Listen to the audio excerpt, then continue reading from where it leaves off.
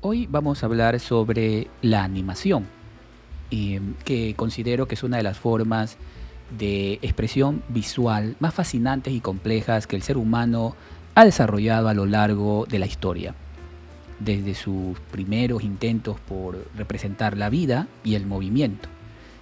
El hombre ha buscado diversas técnicas y dispositivos para dar vida a imágenes estáticas, creando esta ilusión de que se mueven y que cuentan historias. Yo diría que este proceso, que comenzó con simples pinturas y experimentos ópticos, ha evolucionado hasta convertirse en una industria global que combina el arte, la tecnología y por supuesto la narrativa. Quiero explorar con ustedes algunos hitos fundamentales que permitieron transformar la imagen fija en movimiento, desde las antiguas pinturas rupestres, los primeros juguetes ópticos, hasta las innovaciones tecnológicas que dieron origen al cine.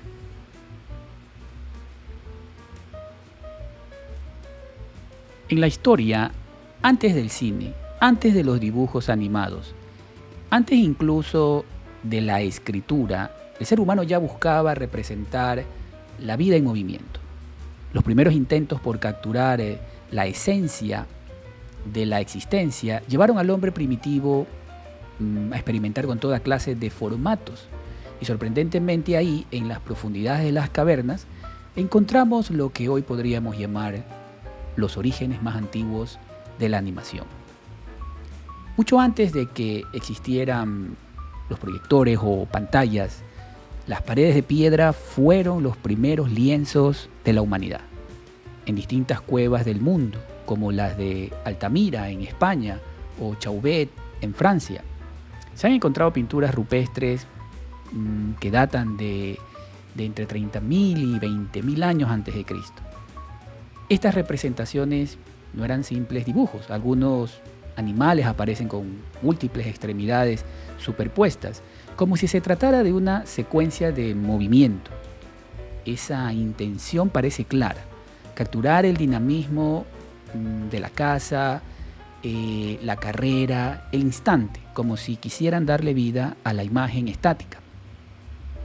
Un caso especialmente, yo diría, llamativo se encuentra en una cueva de la isla de Celebes, en Indonesia, donde se descubrió una pintura de un jabalí con 8 patas, datada en aproximadamente 45.000 años antes de Cristo.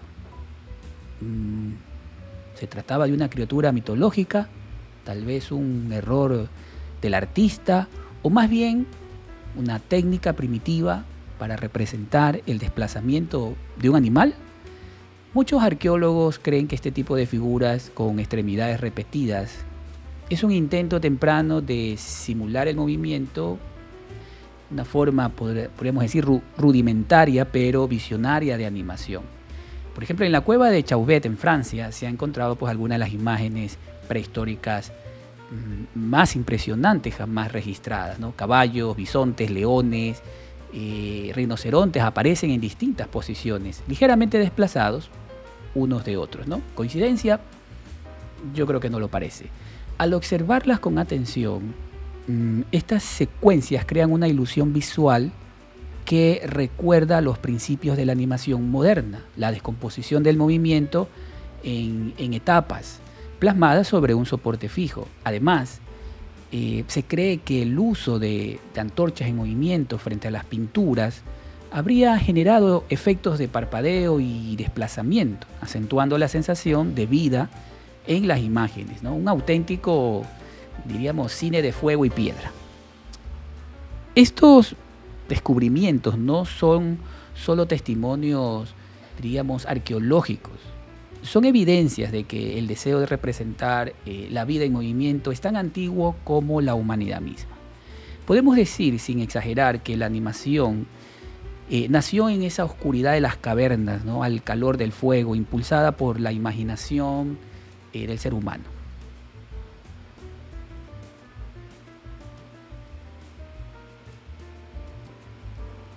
En el camino hacia la creación del cine y la animación moderna, existieron varios inventos claves que marcaron un antes y un después en la historia de la imagen proyectada. Uno de los más importantes, aunque hoy poco conocido por el gran público, es la linterna mágica, inventada en el siglo XVII. Esta linterna mágica fue un aparato óptico que muchos consideran el precursor directo del proyector de cine. Su origen se atribuye al erudito alemán Atanasio, quien vivió entre 1602 y 1680, ¿no? Fue un estudioso de múltiples disciplinas, y utilizó los principios de la cámara oscura, ya conocidos desde la antigüedad, para desarrollar este dispositivo revolucionario. Digamos que el funcionamiento de la linterna mágica era relativamente simple, pero sorprendente para su época. Utilizaba una fuente de luz, que inicialmente era una vela o una lámpara de aceite, y más adelante, con los avances tecnológicos, pues fue sustituida por bombillas eléctricas, ¿ok? Frente a esta, digamos, fuente de luz se colocaba una imagen, ya fuera pintada o a mano o impresa sobre un cristal transparente. Y mediante un juego de lentes, la imagen era proyectada de forma ampliada sobre una pared o una pantalla blanca, generando un efecto visual impactante. A pesar de tratarse de imágenes fijas, la experiencia era bastante cautivadora, sobre todo cuando se empleaban imágenes en secuencias sucesivas, ¿no? Es decir, o efectos simples de movimiento logrados precisamente al intercambiar rápidamente las placas o moverlas ligeramente, ¿no? Durante los siglos XVII, XVIII, XIX, la linterna mágica se convirtió, digamos, en una herramienta fundamental para el entretenimiento, para la educación, incluso para la divulgación científica, porque fue utilizada en espacios públicos, en iglesias, en aulas e incluso en ferias ambulantes. Con el tiempo, estos espectáculos fueron evolucionando hacia formas, digamos, más complejas, hasta dar lugar a lo que hoy conocemos como el cine y la animación. Puedo decir, sin exagerar, que la linterna mágica abrió esa puerta, ¿no?, a un nuevo modo de ver.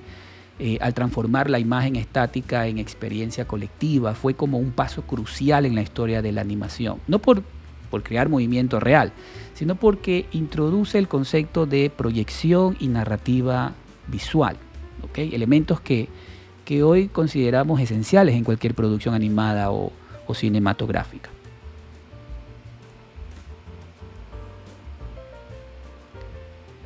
A comienzos del siglo XIX, los avances en óptica y percepción visual dieron lugar a una serie de inventos que sentarían las bases de la animación tal como la conocemos.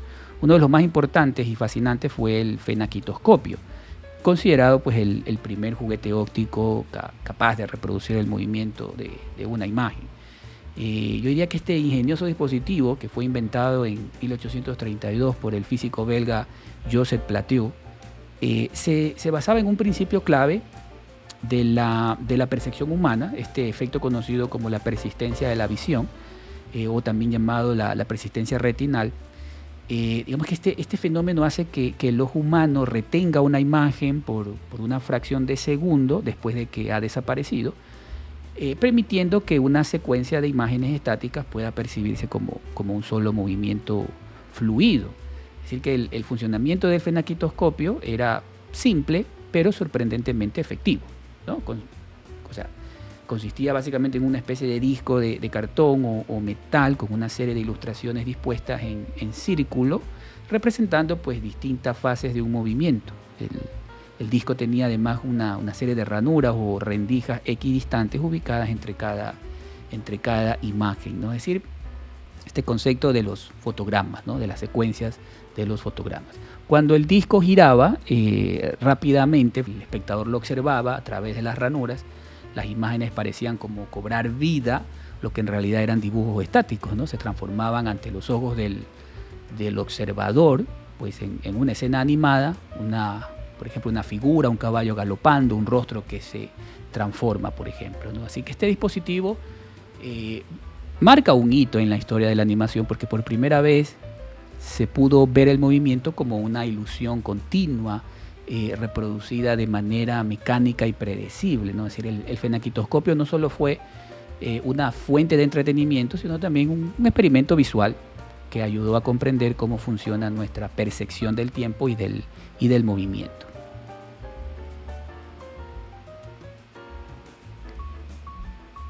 Diríamos que en el desarrollo de los primeros dispositivos que creaban esta ilusión del movimiento, uno de los inventos más representativos fue el zootropo, una máquina estroboscópica que perfeccionó y popularizó esta idea de la animación en el siglo XIX.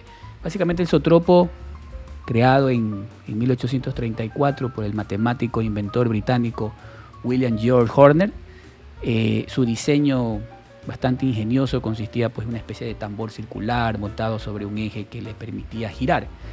Y en el interior del tambor se colocaban tiras de secuencias de dibujos, cada una representaba pues distintas fases de un movimiento, ¿no? Lo más característico del zootropo eran sus ranuras verticales ubicadas en la parte superior del tambor. A través de estos cortes, el espectador podía mirar hacia el interior mientras el tambor giraba, y el efecto estroboscópico, combinado con la persistencia de la visión, hacía que las imágenes fijas pues se transformaran en una secuencia animada.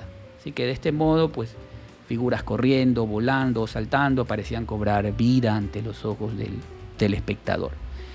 Digamos que a diferencia del fenaquitoscopio, el zootropo tenía la ventaja de permitir que varias personas observaran la animación al mismo tiempo, mirando cada una por una ranura diferente. Así que esto lo convirtió como en un dispositivo más accesible y social, muy popular en hogares y ferias del siglo XIX. Digamos que el zootropo no solo fue un entretenimiento visual, sino también un avance clave en la historia de la animación. Su principio mecánico de reproducir movimientos cuadro por cuadro fue una antesala directa al cine.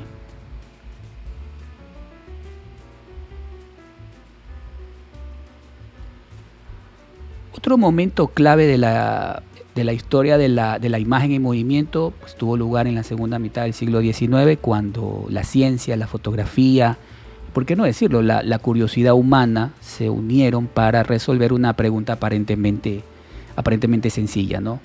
Los caballos al galopar mantienen siempre al menos una pata en contacto con el suelo. Para responder esta duda, el fotógrafo e investigador británico Edward Muybridge emprendió, digamos, un experimento sin precedentes entre 1872 hasta 1878, que cambiaría para siempre nuestra forma de entender el movimiento. ¿Por qué? Digamos, este proyecto, por así decirlo, financiado por un magnate californiano, Leland Stanford, consistía en capturar con precisión las distintas fases del galope de un caballo.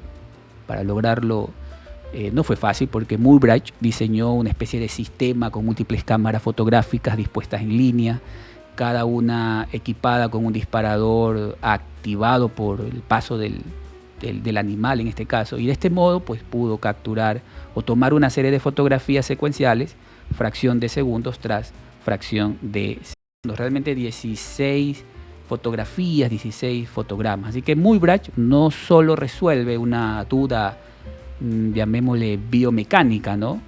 Creó un efecto, una de las primeras secuencias fotográficas animadas cuando estas imágenes eran vistas rápidamente en sucesión, simulaban el movimiento real del caballo, anticipando este principio básico del cine y de la animación, ¿no? Esta animación cuadro a cuadro. Ya para 1877, un nuevo avance en los dispositivos ópticos vino a perfeccionar las limitaciones del zootropo puntualmente. Este invento fue el praxinoscopio, una máquina innovadora creada por el científico y artista francés Émile Naut, basado en el mismo principio del zootropo, es decir, la ilusión de movimiento a través de imágenes sucesivas. Este praxinoscopio mejoraba notablemente la nitidez y estabilidad de la animación, mientras que el zootropo, digamos, requería que el espectador mirara por rendijas estrechas, lo que podía distorsionar, digamos, un poco la imagen. El praxinoscopio introdujo pues una solución bastante ingeniosa, una rueda interior de espejos colocados en ángulo dentro del tambor giratorio. Así que estas imágenes o las imágenes dibujadas sobre tiras de papel y ubicadas alrededor del interior del tambor eran reflejadas por estos espejos. De este modo, cuando se giraba el tambor, el espectador, mirando por la parte superior de este aparato, pues veía una secuencia de imágenes perfectamente alineadas y mucho más claras que en los dispositivos anteriores. ¿Okay? Este simple, pero yo diría brillante cambio que hace el praxinoscopio o lo hace, digamos, al praxinoscopio un dispositivo mucho más atractivo y funcional. Esa capacidad para mostrar movimientos más fluidos y definidos, considero que marcó pues un paso importante en la evolución de los juguetes ópticos hacia formas más complejas de animación. Además, Regnault no se detuvo ahí. Años después desarrollaría el teatro óptico, una especie de versión ampliada y proyectada del praxinoscopio, que le permitió pues proyectar animaciones en una pantalla, anticipándose así, digamos, al cine, por ejemplo, ¿no? En todo caso, el praxinoscopio no solo fue un refinamiento técnico, fue también una manifestación temprana del deseo de contar historias a través de imágenes en movimiento.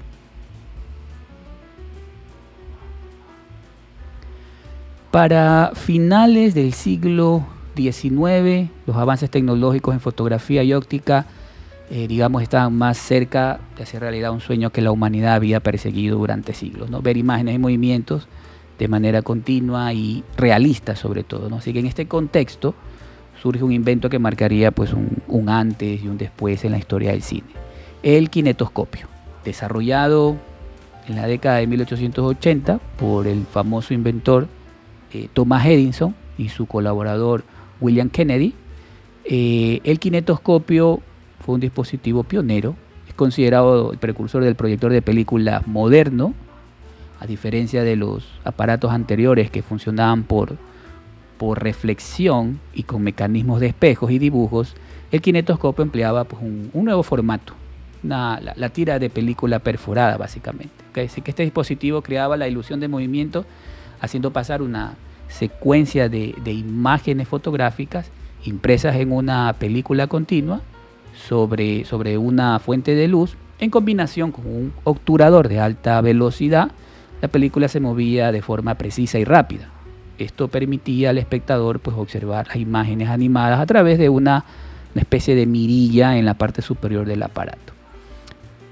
Digamos que aunque el kinetoscopio no proyectaba imágenes en una pantalla, pues estaba diseñado para un solo espectador a la vez, digamos que su mecanismo sentó las bases técnicas del cine moderno. La forma en que se transportaba la película, la velocidad de proyección y el uso de perforaciones laterales para guiar el movimiento del rollo se convertirían, pues digamos, en estándares de la industria cinematográfica, ¿no? Durante las décadas siguientes. Gracias al kinetoscopio, el paso de la imagen fija al registro continuo del movimiento ya no era pues una ilusión óptica artesanal, sino una realidad tecnológica. Este invento no solo abrió el camino al proyector cinematográfico, como lo conocemos hoy, sino que también inició la transformación de la animación y el cine en industrias globales de entretenimiento.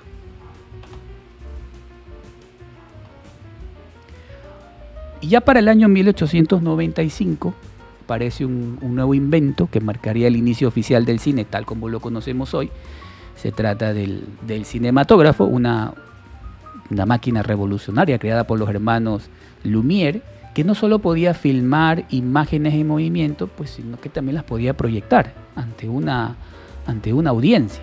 Y a diferencia del kinetoscopio de Edison, que permitía ver las imágenes de forma individual, el cinematógrafo pues, introdujo una experiencia colectiva, haciendo posible que varias personas observaran simultáneamente pues, una secuencia animada proyectada sobre una pantalla. Así que esto convirtió al cine en un espectáculo público y accesible con un potencial artístico y comercial, diríamos, sin precedentes, ¿no?